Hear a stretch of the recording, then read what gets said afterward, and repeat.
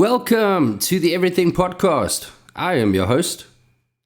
And in today's episode, we are going to be covering Scream 7. And as per usual, what we'll do is we'll give you some interesting info regarding the actual movie itself. We'll watch the trailer and I will give you my thoughts. So without any further ado, Scream 7 is an upcoming American slasher film directed by Kevin Williamson, from a screenplay written by Guy Busick and Williamson, from a story by James Vanderbilt, and Busick. It is a sequel to Scream 6, which came out in 2023, and the seventh installment in the Scream film series. So a lot of them have actually been made already. I actually didn't think the series would run this long, to be honest. I mean, it's fun to watch and everything, a good slasher film. But, I mean, when you watch the first one, you go, okay, cool. Maybe they bring out a sequel and it just keeps going and going. So it's kind of fun.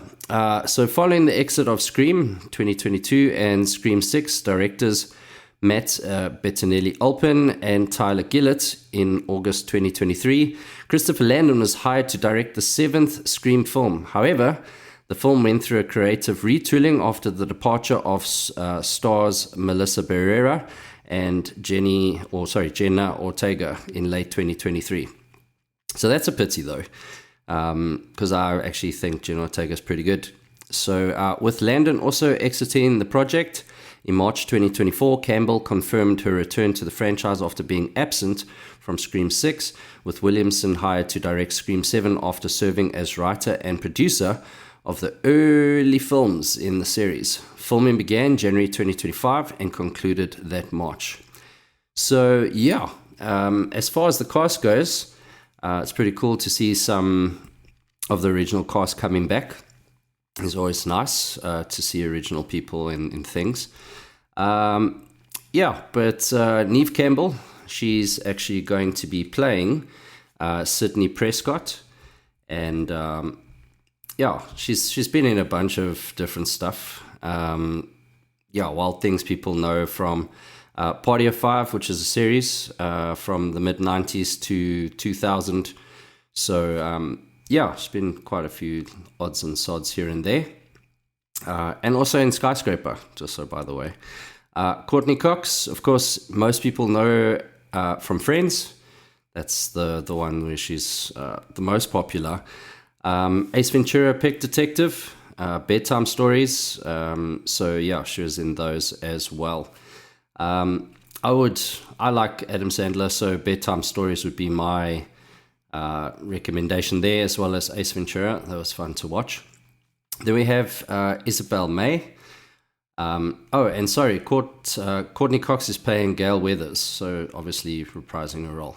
But then we have Isabel May, as Tatum Evans, and that's actually Sydney's daughter in this, which you'll see in the trailer. But she's in the series called Young Sheldon. So yeah, I've watched quite a bit of that actually, and Yellowstone as well, which is really good. Then we have Jasmine Savoy Brown, and she's actually going to be playing Mindy Meeks Martin. That's Randy Meeks' niece and survivor of, that's actually the last two murder sprees that they say here. Then we have, Jasmine's been in For the People, Sound of Violence, and actually did a voiceover for Finn Mason, Tinkerer, in the video game Spider-Man Miles Morales, which was in 2020. Then we have Mason Gooding. Mason's actually going to be playing Chad Meeks Martin, and that's Mindy's twin brother. Mason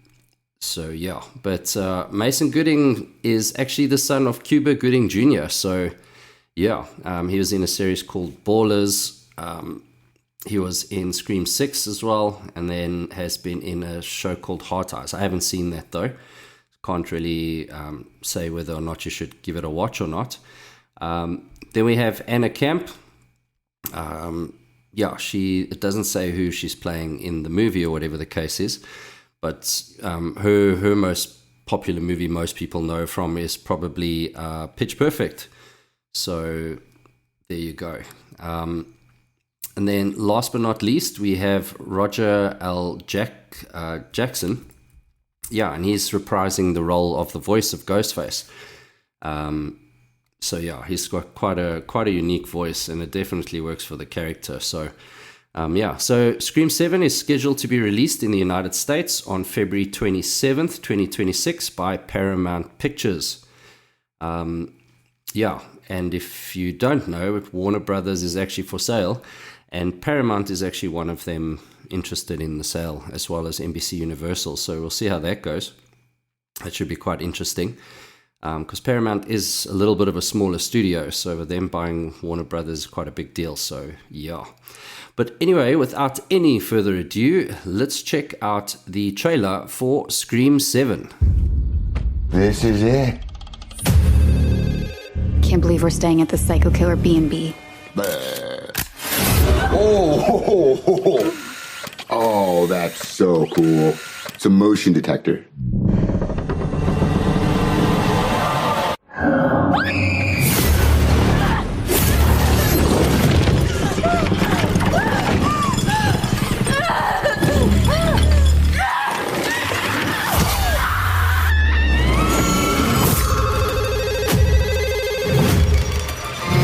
Hello? Hello, Sydney.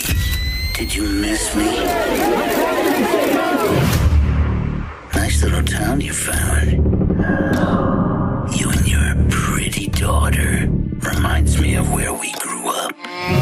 Well, you sure know a lot about me for another asshole hiding behind a voice changer. Oh, I'm not hiding, Sydney. Not this time.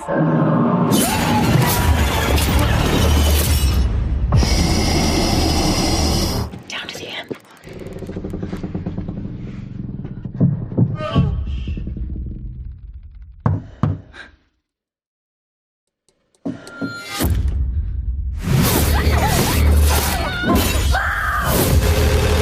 I want to be a fighter, like you.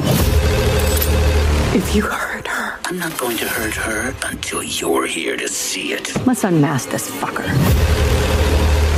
All your friends died for just being near you. Where is my daughter? Tatum, listen to me. He's trying to find another way in. We're gonna do this together. You're gonna have to shoot him through the wall. Where?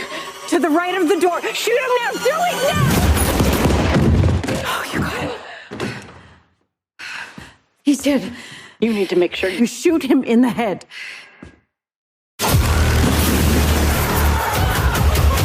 I'm gonna burn it all down. Mother!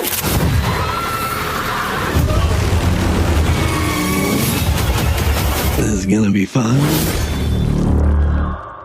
And that was the trailer for Scream 7. So the intro for this trailer is really, really awesome, with the sort of animatronic, antagonist. And then, it's quite crazy to see the real one sort of pop behind her. I love that kind of stuff where it gets a little bit of the chills, and then it kind of gives you like one of the scenes from the movie. That girl, the blonde girl, is insanely strong. Apparently, she just rips her light right out of the wall. Just, gymnast as well. But yeah, the way that it starts is really cool. And the way she obviously gets stabbed in this is quite insane. Where he just kind of turns around and faces the knife up from the floor. So yeah, that's quite creative. I like that kind of stuff. Is that you're always trying to one up yourself when you're doing these kind of movies, like make it better than the last one. So so you get a taste of all the what would you call that? Of Ghostface basically. So you're getting like a taste of what he's about and so on. And it seems like he's out on a mission to be a lot more aggressive.